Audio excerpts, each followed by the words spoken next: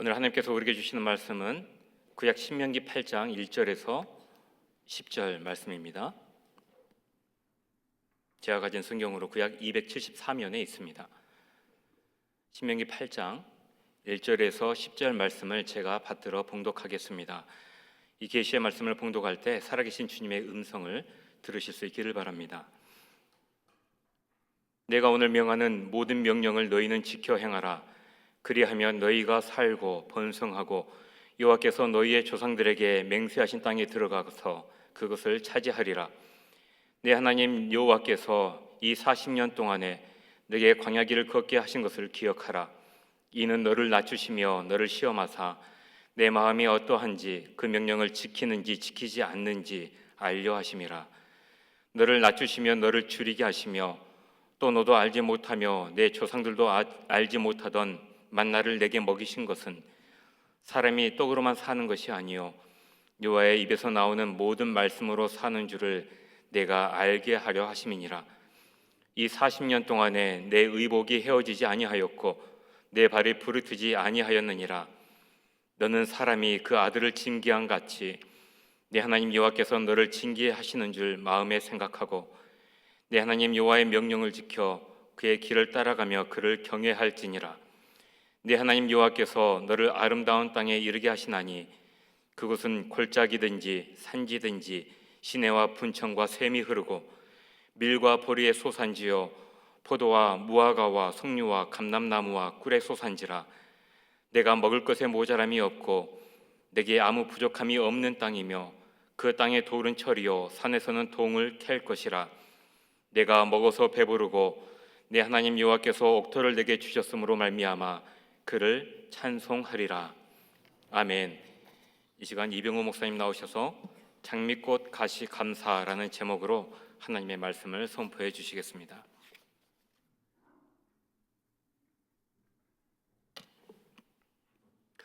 하나님 아버지, 주님을 사랑하는 귀한 성도들, 험한 세상 살다가 주의 품으로 돌아왔습니다. 이 시간 겸허하게 주의 말씀을 기다립니다. 귀한 자리 부족한 종을 세우셨사오니 성령께서 임하셔서 말씀하여 주옵소서. 행여나 사람의 말은 가리워 주시고 오직 하나님의 음성만이 들려지게 하여 주옵소서. 예수님의 이름으로 기도하옵나이다. 아멘. 할렐루야. 아침도 주의 은혜가 우리 가운데 함께 하실 줄로 믿습니다. 추수감사주일입니다. 우리가 정말 들판의 오곡백과를 보면서 풍성하게 풍요로운 계절을 주신 하나님 앞에 감사하는 절기이기도 합니다. 그러나 한편으로 보면 2025년도가 한 달 반 남았습니다. 한 해를 마무리 짓는 절기에 다다랐습니다. 한 해를 마무리 지면서 지나온 세월을 되돌아보면서 마무리 짓는 첫걸음은 모든 것이 은혜였다. 감사로 한 해의 마무리의 첫걸음을 시작하시고 감사로 잘 마무리 짓는 그런 여러분들이 되시기를 주의 이름으로 축원합니다. 비레르 밀러라고 하는 분이 이런 말을 했어요. 가장 행복한 사람은 가장 많이 소유한 사람이 아니라 가장 많이 감사하는 사람이다 그랬어요. 인생은 참 무상하다라고 생각하는 사람이 있다면 그는 불교인일 것입니다. 인간의 삶의 도리를 말하는 사람이 있다면 그 사람은 유교인일 것입니다. 그러나 인생의 모든 것을 은혜라고 생각하는 사람이 있다면 그 사람은 크리스찬일 것입니다. 모든 것이 하나님의 은혜이고 모든 것이 하나님 앞에 감사하는 사람, 그것이 신앙인이에요. 종이 울려야 그 가치를 소유하는 것처럼 감사를 하는 사람이 크리스찬입니다. 역으로 말하면 하나님의 은혜를 잊어버리고 감사를 잃어버렸다면 그 사람은 크리스찬이 아니라고 할 수 있겠습니다. 2025년을 마무리하면서 지나온 세월을 뒤돌아보면 사실은 우리가 개인적으로도 여러 가지 다사다난한 일들이 많지만 국가적으로 얼마나 위기의 어려움을 겪었습니까? 엄혹한 시간들을 우리는 지나왔습니다. 뿐만 아니라 여러분, 우리 모두 우리 성한교회가 내홍을 겪으면서 정말 많은 어려움, 피차의 상처, 또 고통 가운데에서 지나온 세월이에요. 그러니까 되돌아보면 흐뭇한 시간도 있었겠지만 사실은 더 어려운 시간들, 아니 지금도 오히려 실타래가 풀리는 것이 아니라 더 어려운 시간들, 어두운 현실 속에 있는 것이 아닐까, 그렇게 생각해 봅니다. 그런데 이런 계절에 뭘 감사할 것인가? 우리는 감사를 어디서 찾아야 할 것인가? 오늘 본문을 통해서 하나님께서 우리에게 주시는 하나님의 음성을 듣는 이 시간이 되기를 축원합니다.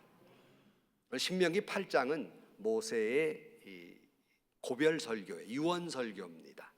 그러니까 지금 이스라엘 백성들이 요단강만 건너면 가나안 땅에 꿈에 그리던 40년 동안 꿈에 그리던 가나안 땅을 앞에 놓고 있습니다. 그러나 하나님이 모세에게 네 사명은 여기까지다. 여기서 죽어라 그랬어요. 일주일만 좀 가서 좀 이렇게 땅만 밟고 오겠다. 아니, 넌 네 사명은 여기까지다. 여러분, 하나님이 여기까지다 그러면 아멘하고 순종해야 되는 거예요. 모세는 자취도 없어요. 무덤도 어디 있는지도 몰라요. 연기처럼 사라집니다. 이게 멋있는 퇴각이에요.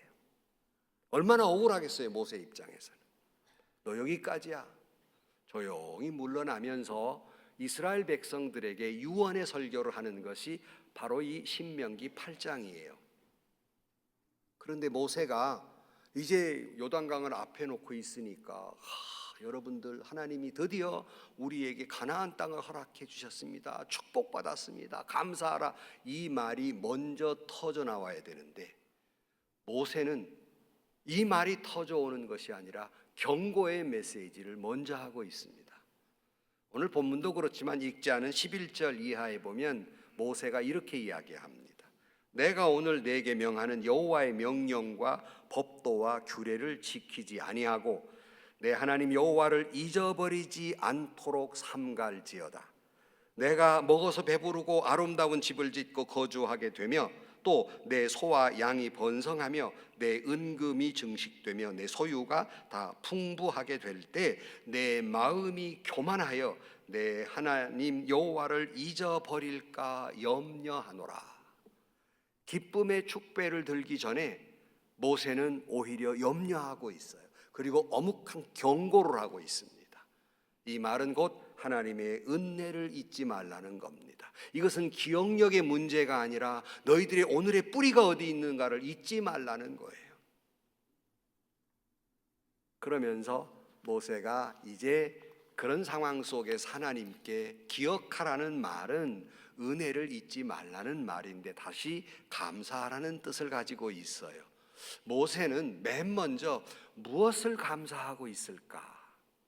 여러분, 한 해 동안 지르면서 무엇을 여러분 감사하시겠습니까? 감사 그러면 우리는 그렇잖아요. 며칠 전에 애들 시험 봤는데 우리 아이가 생각보다 점수가 잘 나와서 감사할 수 있죠. 뭐 또 여러분 남편이 또 뭐 예를 들어 승진해서 감사하고 또 사업이 잘 돼서 감사하고 뭔가 이루어진 것에 대한 감사가 먼저 나올 겁니다. 그런데 모세는 오늘 본문에 역설적인 이야기를 하고 있어요. 뭘 감사하라고 하냐면 너희들이 시련을 겪어온 것을 감사하라. 우리는 시련이 없어져서 감사인데 모세는 시련의 과정을 통과한 것에 대해서 감사하라고 먼저 말하고 있어요. 그러니까 먼저 기뻐하라, 축복받았다라고 하는 게 아니라 광야 40년의 세월을 감사하라는 거예요. 사실 광야 40년은 얼마나 힘들었습니까? 그들은 결핍의 세월을 보냈어야 했고 그들은 고통의 세월을 보내야 해서 여러분 잘 아는 여호수아를 읽어도 또 모세 이야기를 읽어도 그들은 허구한 날 원망이요 불평이었어요. 허구한 날. 그러니까 40년의 세월은 사실은 감사했던 세월이 아니라 허구한 날 원망하고 불평하는 세월이 40년이에요. 저는 그 세월을 읽으면서 참 모세의 이야기를 읽으면서 가슴이 너무 아팠어요. 왜냐하면 그 모습이 내 모습이다 그래요. 뭔 말을 못 알아듣네. 교인이 허구한 날 불평이거든. 교회가 부흥하면 하나님의 은혜고 교회가 쪼그라들 목사가 잘못했고 아닌 척하지 말아요. 다 그 세월을 보냈거든요. 이스라엘 백성들이 광야 40년을. 근데 그 세월을 감사하라는 거예요. 원망했고 불평했던 세월을 감사하라는 겁니다. 대단히 역설적이죠. 그러니까 그 세월의 아픈 가시를 기억하고 감사하라는 거예요. 우리는 아름다운 장미꽃에 감사할 줄 알았지 장미꽃에 있는 가시에 대해서 감사할 줄 모른다는 거예요. 왜 가시를 감사해야 됩니까? 여러분, 아름다운 장미꽃을 피우기 위해서는 봄부터 소쩍새가 우는 게 아니라 가시가 있어야 한다는 거예요. 그러니 장미만 보고 감사하지 말고 장미에 가시가 있음을 감사하라는 거예요. 그러니까 그들에게 이 고난의 세월이 가시와 같아서 어렵고 힘들고 괴롭고 아팠지만 그 속에 하나님의 섭리가 있고 그 속에 하나님의 역사가 있었으니 감사하라 해요. 아멘은 속으로만 하셨지만 2025년 여러분 이루어진 것도 감사지만 시시각각 밀려오는 아픔과 고통과 괴로움도 지나고 보면 그것조차 은혜였다고 생각하고 감사할 수 있기를 주의 이름으로 축원합니다. 오늘 2절 말씀은 이렇게 말하고 있어요. 내 하나님 여호와께서 이 40년 동안 내게 광야 길을 걷게 하신 것을 기억하라. 왜 기억하게? 그 다음에 보면요, 이는 그 까닭은 너를 낮추시며 너를 시험하사 내 마음이 어떠한지를 그 명령을 지키는지 지키지 않는지 알려 하심이라 고 말해요. 그러니까 이스라엘 백성들을 광야 학교에 집어넣어서 그 고난의 세월을 지내게 하신 첫 번째 이유는 너를 낮추려 하심이라는 겁니다. 그들의 교만을 낮추려 하시기 위해서 그들을 광야 학교로 집어넣은 거예요. 뿐만 아니라 3절 말씀에 보면 너를 낮추시며 그 다음에 너를 줄이게 하시며 배고프게 하셨다는 거예요. 아니 배부르게 해야 감사한데 배고프게 하신 걸 감사하라는 겁니다. 그 이유를 계속 설명해요. 또 너도 알지 못하며 내 조상들도 알지 못하던 만나를 내게 먹이신 것은 사람이 떡으로만 사는 것이 아니요 여호와의 입에서 나오는 모든 말씀으로 사는 줄을 내가 알게 하려 하심이라. 그러니까 이스라엘 백성들을 이 고난의 광야에 넣은 것은 그들을 겸손케 하시기 위함이며 그들을 배고프게 하신 것은 날마다 내리는 만나를 통해서 내가 하나님의 은혜가 아니면 내가 하나님의 말씀이 아니면 살 수 없다는 것을 40년 동안 가르쳤다는 겁니다. 이 때문에 너희들을 광야 학교에 보낸 거다라고 말씀하면서 그러니 이것이 은혜가 아니냐 하는 거예요. 우리는 사람이 떡으로만 산다고 생각해요. 이걸 오늘 우리가 돈, 물질이죠. 그러나 하나님이 만나를 통해서 말씀하시고자 하는 건 그게 아니라 사람이 떡으로만 사는 것이 아니라, 그러니까 떡으로만이라는 말은 떡도 필요하다는 말이죠. 그러나 더 중요한 것은 여호와의 말씀으로 사는 거다. 날마다 주시는 하나님의 은혜로 사는 거다. 이걸 그들이 뼛속 깊게 느끼게 했어요.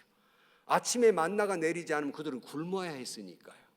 매일매일 하나님의 은혜를 생각한 거예요. 이 만나라는 말, 이 만나라는 말은요, 이게 뭐야 그런 얘기예요. 한 번도 경험하지 못한 것이 내렸거든요. 그러니까 당시 생각으로서는 이것은 대단히 기적과도 같은 일, 처음 보는 일이에요. 그래서 이게 뭐냐, 보지도 듣지도 못한 것이다 라는 말입니다. 하늘에서 내리는 그 만나를 보면서 그들은 매일 하나님의 은혜를 생각했어요. 여러분이 지금 겪고 있는 광야는 무엇입니까? 건강의 문제입니까? 경제적인 문제입니까? 관계에 시련이 있습니까? 슬픔입니까? 우리는 이런 것이 있기 때문에 엎드려 기도할 수 있었고 우리는 이런 것이 있기 때문에 나의 교만이 깨졌습니다. 우리는 이런 시련이 있기 때문에 하나님의 은혜를 갈망했고, 이런 고통이 있었기 때문에 하나님의 말씀으로 돌아가 말씀을 부여잡게 됐습니다. 그러니 은혜하리가 뭡니까? 이런 시련이 없었으면 눈물의 기도의 자리에 엎드리지도 않았을 것이고, 이런 시련이 없었으면 교만이 하늘을 찌렀을 것이고, 이런 시련이 없었으면 하나님의 말씀과 은혜를 갈망하지 않았을 거예요. 교만에 빠져서. 그러나 이런 시련이 있으니 내가 엎드려 기도하게 됐으니, 그래서 시련은 변장된 축복이다. 성안교회 교우 여러분, 우리가 이런 아픔을 겪었으니 여러분 엎드려 기도하잖아요. 그것이 은혜인 줄로 믿습니다. 이런 아픔을 겪었으니 하나님의 은혜 아니면 안 된다는 걸 깨닫잖아요. 근데 아멘을 자신 없게 하시는 분들은 자기가 아직도 기도의 자리에 없거든. 지금 이렇게 아프고도 기도 안 할 겁니까? 이렇게 아프고도 기도의 자리에 돌아가 눈물을 흘리지 않으시렵니까? 여러분이 기도의 자리에 돌아가, 여기 먼 기도에 많지만 여러분들이 금식을 선포하고 기도의 자리에 돌아가 눈물을 흘리는 양만큼 하나님의 은혜가 성안교회에 임할 줄로 믿습니다. 그러나 지금처럼 이렇게 드라이한 상태로서 기도의 자리에 눈물을 흘리지 않으면 하나님의 은혜마저도 떠날 것입니다. 이런 시련을 주었는데 기도의 자리에 텅텅 비어 있어요. 이런 시련이 은혜라고 하는 것은 내게 시련을 주었기에 엎드렸고, 내게 시련을 주었기에 겸손하게 됐고, 내게 시련을 주었기에 말씀을 부여잡게 됐으니, 성안교회가 이 시련이 은혜가 되고 축복이 되고 감사의 조건이 되기를 주의 이름으로 축원합니다. 탈무드에는 이런 말이 있습니다. 이 세상에서 제일 지혜로운 사람은 누구인가? 어떤 경우에든지 어떤 경우에 처하든지 배움의 자세를 갖는 사람이다. 이 세상에 제일 가장 강한 사람은 누구인가? 자신과의 싸움에서 이기는 사람이다. 그리고 이 세상에서 제일 행복한 사람은 누구인가? 지금 이 모습 이대로를 감사하는 사람이다.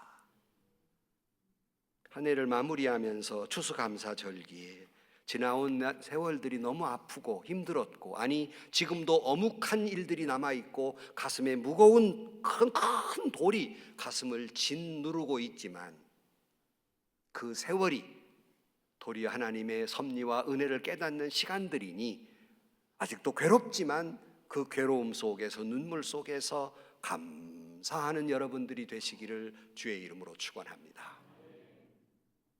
두 번째, 모세가 말하고 있는 감사의 조건은, 우리는 보통 특별한 것에 대한 감사를 하는데 모세가 말하는 건 일상적인 것. 내게 옷이 있고 먹을 것이 있으니 감사하라. 평범한 거예요. 특별한 거 아니에요. 기적이 아니에요. 4절 말씀에 보면 이 40년 동안에 내 의복이 헤어지지 아니하였고 내 발이 부르트지 아니하였느니라 그랬어요. 이걸 요한계시록에 보면 하나님이 그들을 양육했다라고 12장 5절에 표현하고 있어요.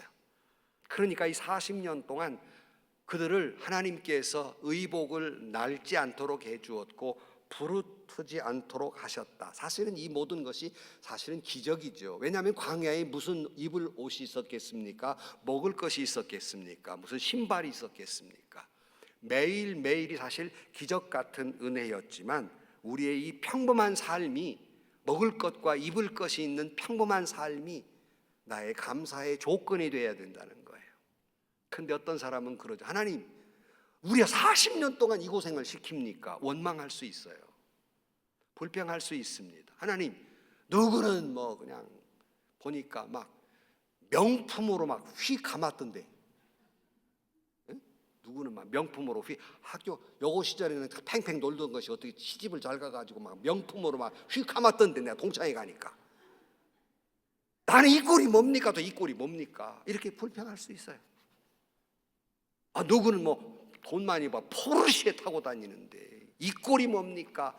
라고 불평할 수 있지만, 그러나 평범한 것에 감사를 찾아보면 아침에 눈을 뜨니 감사하고, 내가 지금 숨을 쉬고 있으니 감사하고, 걸을 수 있으니 감사하고, 먹을 것이 있으니 감사하고, 일할 수 있으니 감사하고, 일생 도움이 되지 않는 남편이 있으니 감사하고, 모든 게 생각하면 다 감사할 것뿐이잖아요. 아침에 눈 떴더니 감사를 안 해요? 한번 눈을 감겨드릴까 한번? 눈 뜨는 게 얼마나 감사한가? 언젠가 얘기했잖아요. 90 할아버지가 눈을 뜨니까 할머니가 내 패드래요. 눈 떴다고. 다른 할아버지는 다 저기 뒷동산에 자고 있는데. 할아버지들 조심하세요. 나도 머지 않았어요 지금. 내가 눈을 뜰 수 있으니 얼마나 감사하냔 말이죠. 이후에 기도하신 분은 가족을 볼 수 있으니 감사하고, 가족과 이야기할 수 있는 것도 감사라고 기도하더라고요. 이런 평범한 것 얼마나 감사해요. 병원에 가보세요. 아프지 않는 사람이 어디 있어요? 비록 우리도 병원까지는 안 갔지만 약주머니 다 들고 살죠. 나이 드신 분들 다. 그렇지만 그래도 내가 오늘 이 자리에 있으니 얼마나 감사해요. 어느 날 아들이 집에 오더니 아버지 너무 감사해요. 그래서 뭐가 감사냐 그랬더니 오는 길에 아버지 내가 차가 뒤집혀져 가지고 나 폐차 수준 됐는데 저는 안 다쳤어요. 얼마나 감사한지. 남의 일이라고 안 감사해요? 감사하니까 아들아 나는 더 감사다. 아버지는 또 뭔 일 당했는데, 아니 그게 아니라 내가 시내에서 시내버스 타고 집으로 오는데 사고도 안 났고 몸도 안 다치니 난 너보다 더 감사다. 어려운 말을 못 알아들으시네. 사고 나야 감사합니까? 안 난 게 얼마나 감사. 여러분 지금 여기 앉아 있는 거 보니까 사고 안 났구만. 지금 다 무사히 왔잖아요. 지금 무사히. 이 평범한 것이 얼마나 감사냐는 거예요. 근데 우리는 잊고 살아요. 잊고 살아. 코로나 시절에 여러분 예배 드리는 게 평범한 것 같지만 코로나 시절에 교회에 올 수 없다는 게 얼마나 답답했고, 정말 교회 오긴 왔는데 마스크 쓰고 찬양을 하라고 그러니 사람이 뛰다 죽을 노릇이지. 여러분 안 그래서 난 답답해 죽을 뻔 알아서 나는 그냥 이 마스크 벗고 마음껏 찬양하는 날이 얼마나 그리웠던지. 근데 지금 다 잊어버렸잖아. 지금 다 얼마나 그리웠던지. 제가 어느 해인가 부활절을 앞두고 대신방이야 뭐야 하다 보니까 병에 걸렸어요. 지쳐가지고 병원에 입원 예수병원에 이렇게 누워있는데 오늘이 지금 부활절인데 담임 목사라는 것이 병원에 누워있단 말이에요. 하나님, 이게 담임 목사가 이 부활절 주님의 부활을 함께 축하해야 될 이 몸이 이렇게 누워있으니 이 꼴이 뭡니까 하나님. 여러분 부활의 찬양을 부르는 것이 얼마나 행복하게 보였던지, 정방을 평범한 것이 그렇게 은혜란 말씀이죠. 근데 그걸 우리는 잊고 살아요. 좀 우스운 얘기지만 어느 날 헬라 사람이 둘이 가다가 막 비가 막 억수로 내리니까 비를 쫄딱 맞고 가는데 하나님 한 친구가 그러더래요. 너는 지금 입 막고 지금 그 소리가 나오냐? 뭐가 감사해서 하나님 찾냐? 근데 야야 생각해봐라. 비가 이렇게 억수로 내리는데 하나님이 우리에게 눈썹을 주어가지고 비가 콧구멍으로 안 들어가고 요렇게 나오니 얼마나 감사냐. 나 근데 요즘 여성분들이 걱정이 돼요. 밀어버렸거든. 그러니까 문신을 해서 전부 다 또 콧구멍으로 안 들어가요? 밀어버리신 분들? 조금 가다가 하나님 또 너는 또 뭔 감사냐? 하나님이 콧구멍을 위로 안 뚫고 밑으로 뚫어갖고 이게 열이 안 들어가고 일이 들어가니 얼마나 감사냐. 신묘막측해요. 인간의 몸을 하나님이 만들어주신 거면 신묘막측해요. 근데 너무 평범해가지고 감사를 잃어버려요. 앞으로 콧구멍을 볼 때마다 쑤시지만 말고 하나님 감사합니다 이렇게 아래로 뚫려줘 얼마나 감사합니까. 조그만 게 감사할 일이 널리고 널렸어요. 그 사람의 영성은 평범한 것에 감사를 할 줄 아느냐에 달려 있어요.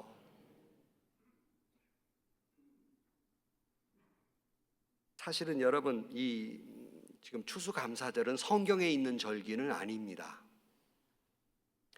이 추수감사절기는 사실은 청교도들이 1620년 영국에서 종교의 자유를 위해서 102명이 메이플라워를 타고 미대륙으로 가요. 근데 가는 도중에 춥고 질병에 걸려서 45명이 죽습니다. 그게 겨우 도착했어요. 먹을 것이 있어요? 뭐가 있어요? 주변의 인디언들의 도움을 얻어서 약간의 보리와 옥수수를 추수하게 됩니다. 그 사이에 또 사람이 많이 죽어나가요. 102명이 추수할 때쯤 50명밖에 남지 않았습니다.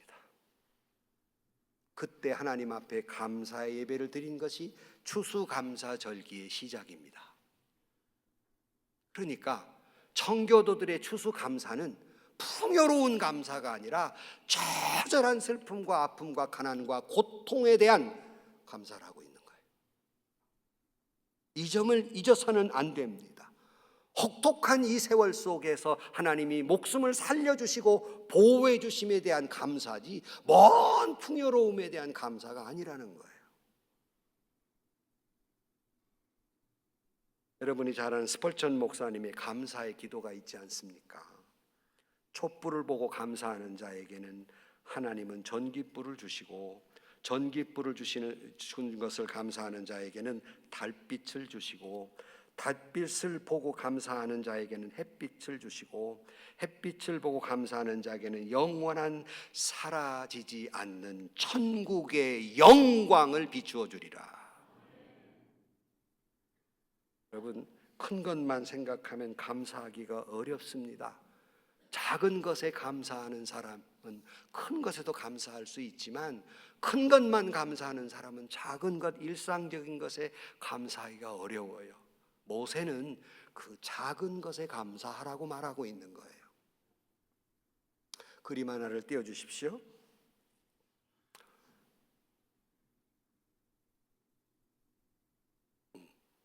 여기 보면 론다 나이버그의 은혜라는 그림이에요. 여러분 뭐 남자든 알아요. 옛날 이발소에 가면 이 그림 걸려 있거든. 너무 유명한 그림이에요. 근데 사실은 이 그림은 여류 화가가 그린 그림인데요. 이 그림은 사실은 원본이 따로 있어요. 그 원본은 그의 아버지 에릭 엔스트롬이라고 하는 스웨덴 출신의 미국 그 사진 작가예요. 근데 이 사람이 길을 가다가 사진을 찍는데 어느 할아버지 진지한 기도하는 모습을 보면서 사진을 찍은 거예요. 이 사진이 너무 유명해지다 보니까 딸이 자기 아버지의 사진을 유화로 그림을 그린 것이 이게 천연색이고, 원래 사진은 흑백이었어요. 지금 찾아보면 아마 여러분 흑백 사진, 똑같은 사진을 볼 수 있어요. 그런데 저분의 이름이 실제적인 인물인데요, 찰스 와이든이라고 하는 분인데, 이분은 그 우리나라로 없는데 신발 흑바지라고 흙을 이렇게 터는, 진흙을 터는 그런 쇠로 만들어진 게 있어요. 그거를 가지고 다니면서 행상을 하고 먹고 사는 사람이에요. 그러니까 얼마나 가난했겠어요. 근데 이분이 그저 식어빠진 스프에다가 말라 비틀어진 그러한 빵을 놓고 너무 진지하게 감사하고 있는 거예요. 얼마나 감사한지. 저는 이 그림을 너무너무 좋아합니다. 저희 아버님도 너무너무 좋아했어요. 그 작은 것에 대한 감사. 그래서 은혜라는 제목, 그레이스잖아요. 저 상황의 은혜라고, 하나님의 은혜를 기억하고 있어요. 그것도 진지하게 기도하고 있습니다. 다른 사진 하나를 또 보여주세요. 뭐 이것도 이발소에 걸렸던 그림들, 밀레 만종이라고 하는 그림, 너무나도 잘 아시죠?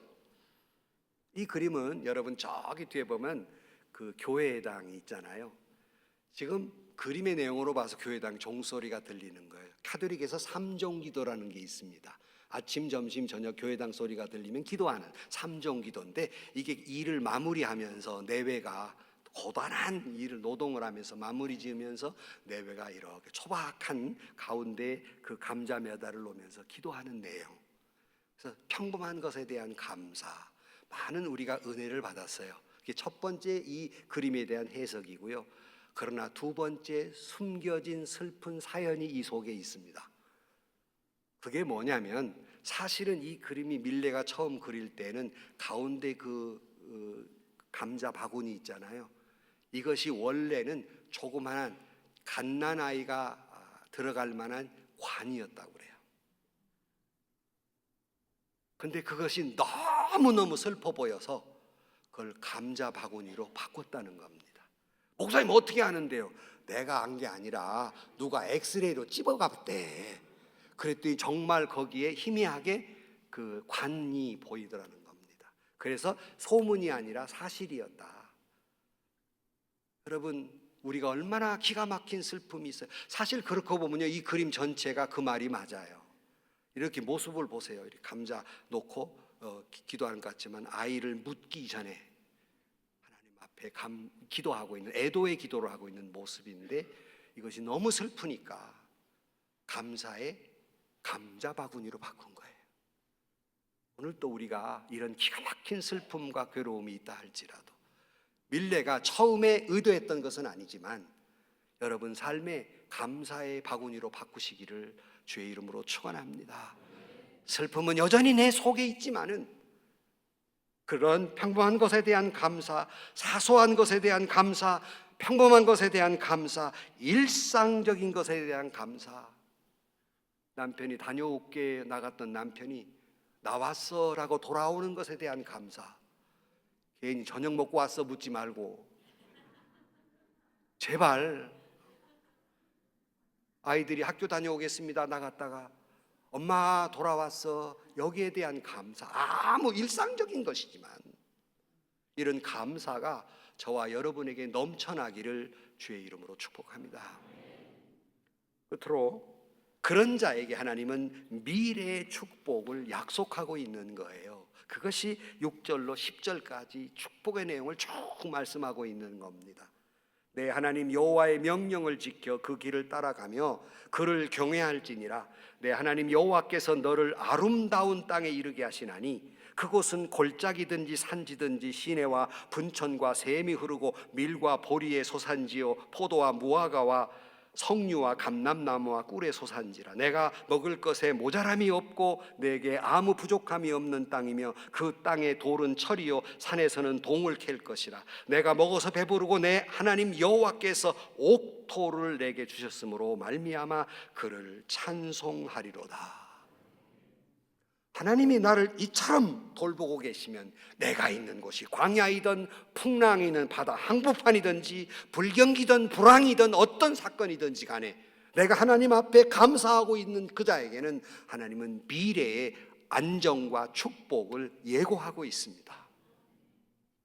어떤 상황 속에서라도 하나님을 경외하고 믿음으로 살기만 하면 하나님이 절대 안전하게 복 주시겠다고 약속하고 있으니 아무리 우리가 살아가는 것이 어둡고 험난하고 무거운 돌덩이가 내 가슴에 있고 눈물이 마를 날이 없다 할지라도 하나님 앞에 감사하는 자에게 미래의 축복을 주실 것입니다. 여러분, 제가 성경에 감사하는 장면 가운데 가장 사랑하는 장면이 하나 있습니다. 그것은 예수님이 오병이어 보리떡 5개와 물고기 2마리로 장정만 5,000명이 먹고 12광주리가 남았다. 스토리 다 아시잖아요. 사람들은 보통 봐라, 소년의 점심 도시락 하나를 하나님께 바쳤더니 헌신했더니 이렇게 기적이 일어났다, 여기에 집중을 합니다. 그러나 저는 여러분 뒤집어 생각해 보세요. 어린아이 도시락 물고기 2마리 보리떡 5개가 있는데 여기 지금 장정만 5,000명이에요. 그러니까 지금 잡아서 한 10,000명이 넘는다는 얘기죠. 여성과 아이들까지.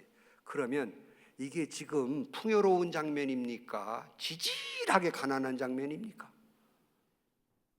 몰라?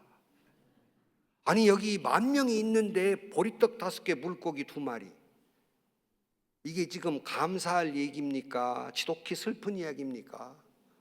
지독히 슬픈 얘기예요. 얼마나 경제적으로 처절하게 가난했으면 그런 모양이 났을까. 그런데 주님의 행동이에요. 정말 보리떡 5개 물고기 2마리를 쥐고 성경에는 축사하셨다 그렇게 돼 있거든요. 축사는 감사의 기도예요. 지금 감사의 기도가 나오게 생겼습니까?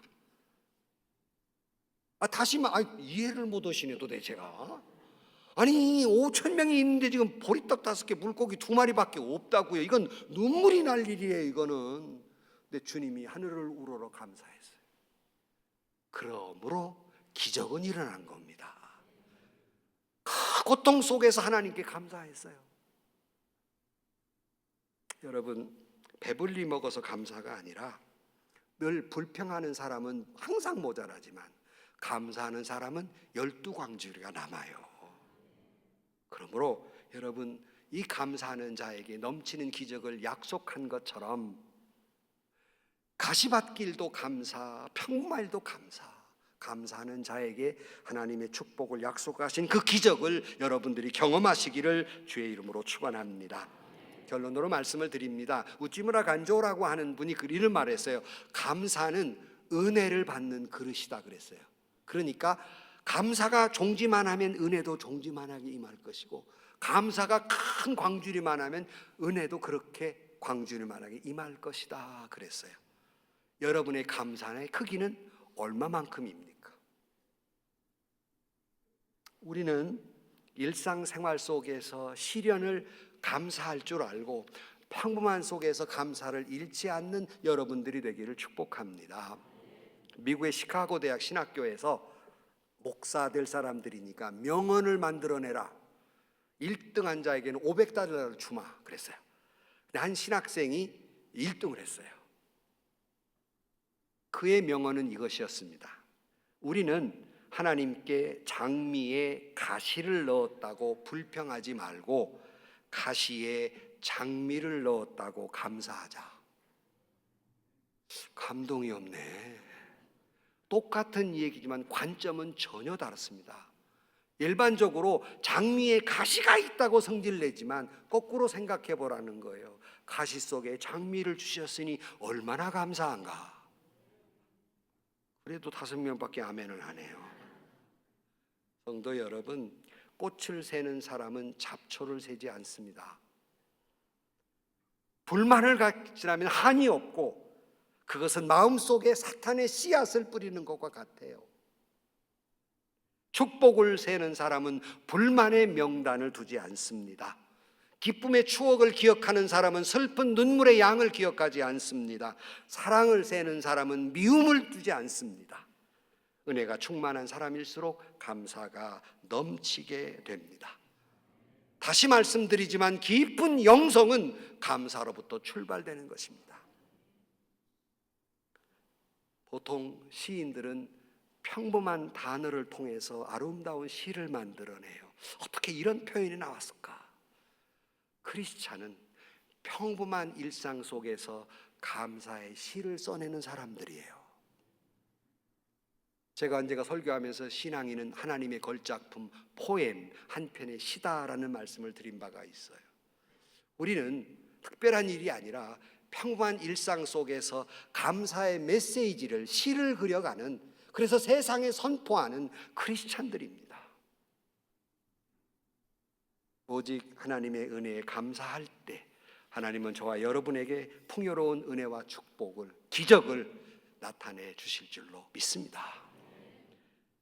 우리가 같이 찬양을 하나 부르면서 마칠까 합니다. 제목이 장미꽃 가시잖아요. 제목이 여러 가지가 있고 버전이 여러 가지가 있는데 날고 나신 감사, 같이 찬양을 부르며 이 말씀을 생각하면서 찬양을 부르겠습니다.